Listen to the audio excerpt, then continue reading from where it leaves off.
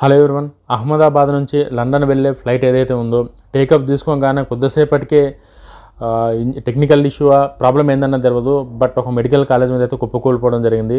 ఫ్లైట్లో ఉన్న ప్యాసింజర్స్ కావచ్చు, ఫ్లైట్ సిబ్బంది కావచ్చు, పైలట్ కావచ్చు, అందరూ 242 మంది చనిపోవడం జరిగింది.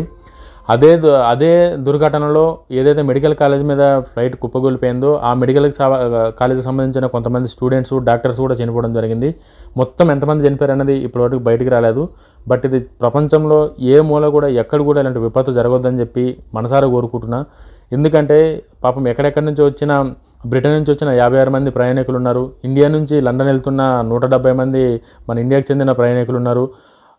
కెనడా నుంచి ఒక అతను ఉన్నాడు. పోర్చుగల్ నుంచి ఒక 7 మంది ఉన్నారు. పిల్లలు ఉన్నారు, ఒక 2-3 పిల్లలు ఉన్నారు, 12 మంది కిడ్స్ ఉన్నారు.